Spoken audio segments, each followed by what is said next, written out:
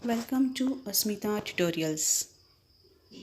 आज के वीडियो में हम लोग देखने वाले हैं बाल महाभारत कथा द्रौपदी स्वयंवर। क्लास 7th है।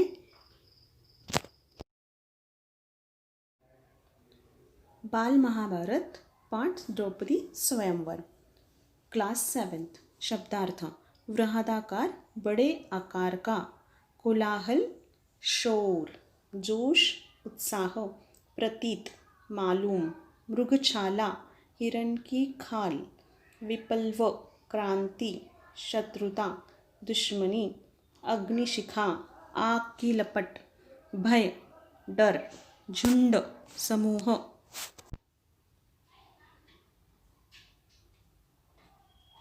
अरे रे रे, द्रौपदी स्वयंवर। अगर आपने इसके पहले का जो वीडियो था पांडवों की रक्षा वो देखा नहीं है तो वो देख लीजिए, तो आपको ये लिंक लगेगा इस वीडियो के बारे में, क्योंकि इससे पहले जो था वो थोड़ा सा इस रिलेटेड ही सारे वीडियोज़ हैं महाभारत के।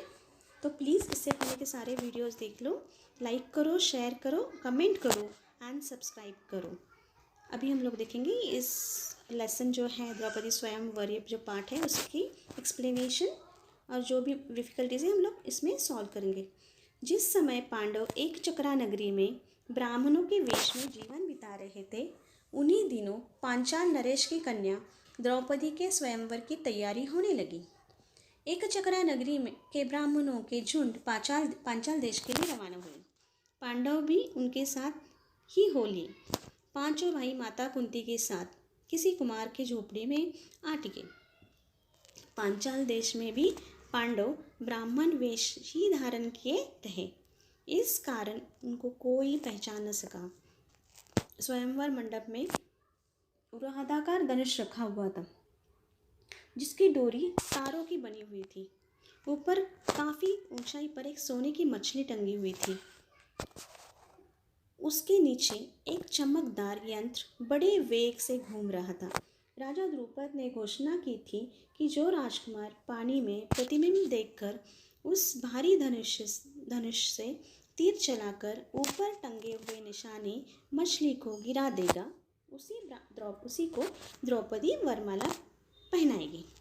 अभी ये जो द्रौपदी का स्वयंवर था उसी के लिए सारे राजकुमार आ गए थे, बहुत सारे राजकुमार थे। उसके साथ ही अपने पांडव भी आ गए थे, पांचों भाई पांडव में, जो कि कुंती के साथ आए थे वो। लेकिन पांडव ऐसे दिखाने नहीं थे, उन्होंने एक ब्राह्मण का वेश लेके ही वो एक कुम्हार के झोपड़ी में वहाँ पे रह गए थे कि कोई उनको पहचान ना पाए।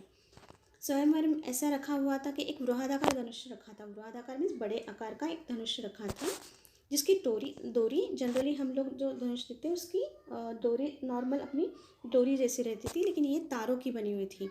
ऊपर काफ़ी ऊंचाई पर एक सोने की मछली रखी थी, टंगी हुई थी, और उसको ऐसे नीचे गिराना था कि उसको देखना नहीं था। उसका जो प्रतिबिंब, उसकी छवि जो देखिएगी पानी में, नीचे जो पानी रखा था उसको देखकर उसको गिराना था, और जो उसको गिराएगा उसको द्रौपदी वरमाला पहनाएगी। इस स्वयंवर के लिए दूर दूर से अनेक वीर आए हुए थे। मंडप में सैकड़ों राजा इकट्ठे हुए थे, जिनमें धृतराष्ट्र के 100 बेटे, अंगनरेश, कर्ण, श्री कृष्ण, शिशुपाल, जरासंध आदि भी शामिल हुए थे। इस स्वयंवर के लिए बहुत दूर दूर से अनेक वीर योद्धा आए थे। मंडप में बहुत सारे राजा इकट्ठे हुए थे। उसमें बहुत जो राजे थे उसमें धृतराष्ट्र के 100 बेटे थे कौरव, अंगनरेश, कर्ण भी थे, श्री कृष्ण थे, शिशुपाल थे, जरासंध आदि, ये सारे राजा महावीर, राजा वीर शामिल हुए थे। दर्शकों को भी बहुत भीड़ लगी थी, देखने वाले भी बहुत सारे जमा हुए थे। पहले तो राजकुमार दुष्टदुम्न घोड़े पर सवार होकर आ गए पहले, उसके बाद राजकन्या हाथी से उतर गई और वो सभा में उसने पदार्पण किया। राजकुमार धृष्टद्युम्न अपनी बहन का हाथ पकड़कर उसे मंडप के बीच ले गया। अभी जो राजकुमार थे, उसके भाई थे द्रुपद के बेटे, उन्होंने उनका हाथ पकड़ के राजकन्या का उसको बीच में सभा के बीच लेके आए। इसके बाद एक एक करके राजकुमार उठते और धनुष पर डोरी चढ़ाते, हारते और अपमानित होकर लौट जाते। कितने ही सुप्रसिद्ध वीरों का इस तरह मुंह की खानी पड़ी। शिशुपाल, जरासंध, शल्य व दुर्योधन जैसे पराक्रमी राजकुमार तक असफल हो गए। जब कर्ण की बारी आई तो सभा में एक लहर सी दौड़ गई। सबने सोचा अंग नरेश जरूर सफल हो जाएंगे। कर्ण ने धनुष उठाकर खड़ा कर दिया और तान कर प्रत्यंचा भी चढ़ानी शुरू कर दी। अभी क्या हुआ था, सब राजकुमार गए वहाँ पे और उन्होंने ट्राई किया, प्रयत्न किया कि वो मछली को गिरा दे, लेकिन वो सब पराभूत हो गए, उनको नहीं आया वो गिराने के लिए। तो अभी कर्ण आया, तो कर्ण बहुत शूर थे, तो सबको लग रहा है कि कर्ण तो आराम से वो तोड़ देगा। लेकिन क्या हो गया कि कर्ण ने धनुष उठाकर खड़ा कर दिया, तान कर प्रत्यंचा भी चढ़ानी शुरू की। प्रत्यंचा में वो सारे डोरी वगैरह लगा दी। डोरी के चढ़ाने में भी अभी बाल भरी कसर थी, रह गई थी। इतने में धनुष का डंडा उसके हाथ से छूट गया तथा उछलकर उसके मुंह पर लग गया। एक्चुअली वो डोरी थी उनके मुंह पे लग गई। अपनी चोट सहलाते हुए कर्ण अपनी जगह पर जा बैठा। उनको लगा तो इसलिए वो जाके अपनी जगह पे बैठ गए। इतने में उपस्थित ब्राह्मणों के बीच से एक तरुण उठ खड़ा हुआ। ब्राह्मणों की मंडली ब्राह्मण वेशधारी अर्जुन को यूं खड़ा होते देखकर सभा में बड़ी हलचल हो गई। अभी क्या हो गया, कर्ण भी हार गया। तो ब्राह्मणों के बीच में जो पांडव आ गए थे उनमें से एक तरुण खड़ा हुआ। तरुण जो था वो था अर्जुन। वो देख के सारे सभा देख कर बहुत उनमें हलचल मच गई। अरे क्या हो गया, कैसे ऐसे कैसे। तो लोगों में तरह तरह की चर्चा भी होने लगी कि ऐसे ब्राह्मण पुत्र कैसे जा सकता है वहाँ पे। तब अर्जुन ने धनुष हाथ में लिया और उस पर डोरी चढ़ा दी। उसने धनुष पर तीर चढ़ाया और आश्चर्यचकित लोगों को मुस्कुराते हुए देखा। लोग उसे देख रहे थे। उसने और देरी न करके तुरंत एक के बाद एक 5 बाण उस घूमते हुए चक्र में मारे और हजारों लोगों को देखते देखते निशाना टूटकर नीचे गिर पड़ा। सभा में कोलाहल मच गया। कोलाहल मीन्स शोर, बाजे बज उठे। अभी क्या हुआ, अर्जुन जब आगे आ गए, उन्होंने देखते ही देखते 5 धनुष उठा लिया और उस पर डोरी चढ़ा दी और धनुष पर तीर चढ़ा दिया और आश्चर्यचकित लोगों को मुस्कुराते हुए देखा। और उन्होंने सारे लोगों को देखा, क्योंकि वो लोगों को तो पता नहीं था कि पांडव हैं, पांडव में अर्जुन हैं। तो उन्होंने उनके तरफ, सबके तरफ देखा और कुछ भी देर न करते हुए एक के पीछे एक 5 बाण उस घूमते हुए चक्र में डाल दिए और हजारों लोगों को देखते ही देखते वो निशाना टूटकर वो जो 5 बाण मारे थे उसमें पीछे नीचे पड़ गया। सभी में कोलाहल मच गया। सभा में सारे लोग आश्चर्यचकित हुए और शोर मच गया कि अरे उन्होंने कर दिया। उस समय राजकुमारी द्रौपदी की शोभा कुछ अनूठी हो गई। वह आगे बढ़ी, सकुचाते हुए। ये देखो, ये पिक्चर कैसे दिखा हुआ है, सारे राजे वो दिख रहे हैं और ये अर्जुन है जो ब्राह्मण के वेश में है। वो पानी में छवि देकर ऊपर वो बाण मार रहे हैं और उन्होंने वो मछली गिरा दिए हैं बिना देखे ऊपर पानी में उनकी प्रतिबिंब देखते हुए। लेकिन प्रसन्नपूर्वक ब्राह्मण वेश में खड़े अर्जुन को वरमाला पहना दी और द्रौपदी आ गई और उन्होंने अर्जुन को, जो कि ब्राह्मण के वेश में है, उनको वरमाला पहना दी, क्योंकि ऐसे ही तय हुआ था कि जो वो मछली गिरा देगा उसको वो वरमाला पहना देगी।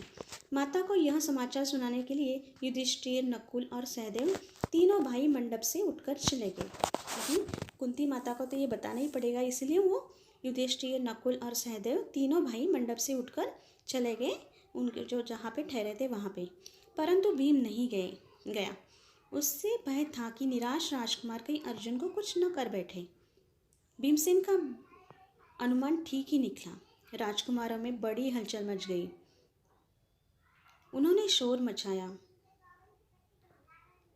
राजकुमारों का जोश बढ़ता गया। ऐसा प्रतीत हुआ कि बाहरी विप्लव मच गया। विप्लव मीन्स क्रांति। कुछ तो अनूठा हो गया कि ब्राह्मण किसी वीर को नहीं आया, लेकिन एक ब्राह्मण पुत्र को ये आ गया। यह हाल देखकर श्री कृष्ण, बलराम और कुछ राजा विप्लव मचाने वाले राजकुमारों को समझाने लगे। वे समझाते रहे और इस बीच भीम और अर्जुन द्रौपदी को साथ लेकर कुम्हार की कुटिया की ओर चल दिए। अभी क्या हो गया कि युधिष्ठिर और नकुल तो निकल गए माता कुंती को बताने के लिए कि ऐसे ये सारी जो प्रसंग हुआ था वो बताने के लिए, लेकिन भीम वहाँ पे रह गया था क्योंकि उनको डर था कि ये जो निराश राजकुमार थे वो वहाँ पे कुछ झगड़ा ना हो, अर्जुन को कुछ ना हो, इसलिए वो वहाँ पे रुक गए उनके साथ। और जैसे उनको सोचा था वैसे ही हो गया। जो राजकुमार थे उनमें बड़ी हलचल मच गई। वो थोड़ा सा, और वो सब जोश बहुत बढ़ता गया। ऐसा प्रतीत हो रहा था कि ये यहाँ पे कुछ क्रांति हो गई। यह हाल देखकर ये सब जो कोलाहल मच गया था, तो श्री कृष्ण, बलराम और कुछ राजा, ये जो झगड़ा करने वाले थे, विप्लव मचाने वाले राजकुमार थे, उनको समझाने लगे। वो समझाते रहे और इसी बीच में भीम, अर्जुन और द्रौपदी ये सारे कुम्हार की कुटिया की ओर चल दिए। जब भीम और अर्जुन द्रौपदी को साथ लेकर सभा से जाने लगे तो द्रुपद का पुत्र धृष्टद्युम्न, ये तीनों जब जा रहे थे तो द्रौपद का पुत्र मीन्स राजकुमारी का भाई, वो भी उनके पीछे चुपके से उनके पीछे ही हो लिया। कुम्हार की कुटिया में उसने देखा, उससे उसके आश्चर्य की सीमा न रही। वह तुरंत लौट आया और अपने पिताजी से बोला, पिताजी, मुझे तो ऐसा लगता है कि ये लोग कहीं पांडव न हो। बहन द्रौपदी उस युवक की मृगशाला पकड़े जब जाने लगी तो मैं भी उनके पीछे हो लिया। वे कुम्हार की झोपड़ी में जा पहुँचे। वहाँ अग्निशिखा की भांति एक तेजस्वी देवी बैठी हुई थी। वहाँ जो बातें हुई उनमें मुझे विश्वास हो गया कि वह कुंती देवी ही होनी चाहिए। दुष्टद्युम्न तो उनके पीछे चले गए देखने के लिए अभी कि कहाँ जा रहे हैं। तो वहाँ जाके देखा तो उन्हें 5 पांडवों को देखा और कुंती माता को देखा, और वो देखते हुए वो उनको और वो फिर से घर पे उनके राजमहल में आ गए और उनको राजा को बता दिया, द्रुपद राजा को, कि उनको ऐसे लग रहा है कि वो 5 पांडव हैं और वो जो माता बैठी थी वो कोई और नहीं तो कुंती देवी ही होनी चाहिए। तब राजा द्रुपद के बुलावे भेजने पर 5 भाई माता कुंती और द्रौपदी को साथ लेकर राजभवन पहुँचे। जब द्रुपद को यह पता चला तो उन्होंने बुलावा भेजा, तो 5 भाई माता कुंती द्रौपदी को साथ लेकर राजभवन में फिर से पहुंच गए। युधिष्ठिर ने राजा को अपना सही परिचय दे दिया। यह जानकर कि ये पांडव है, राजा द्रुपद फूले न समाये। उनकी इच्छा पूरी हुई। महाबली अर्जुन मेरी बेटी के पति हो गए तो फिर द्रोणाचार्य की शत्रुता का मुझे चिंता नहीं रही। यह विचार कर उन्होंने संतोष की सांस ली। माँ की आज्ञा और सबकी सम्मति से द्रौपदी के साथ 5 पांडव का विवाह हो गया। फिर उन्होंने बुलाया और सबने, युधिष्ठिर ने अपना परिचय राजा द्रुपद को दे दिया। और वो भी राजा द्रुपद बहुत खुश हो गए कि ये 5 पांडव है और जो उनकी बेटी की जो शादी हो गई है वो किसी और से नहीं तो अर्जुन से हो गई। तो वो बहुत खुश हो गए और उनको यह भी चिंता नहीं रही थी कि द्रोणाचार्य की जो शत्रुता थी उनसे, उसकी भी चिंता नहीं रही। ये वो मन में सोचा और संतोष की सांस ली और माँ की आज्ञा और सबकी सम्मति से वो 5 पांडवों ने द्रौपदी के साथ विवाह उनका हो गया। अगर आपको ये वीडियो अच्छा लगे तो प्लीज़ लाइक करें, शेयर करें एंड सब्सक्राइब करें। Thank you.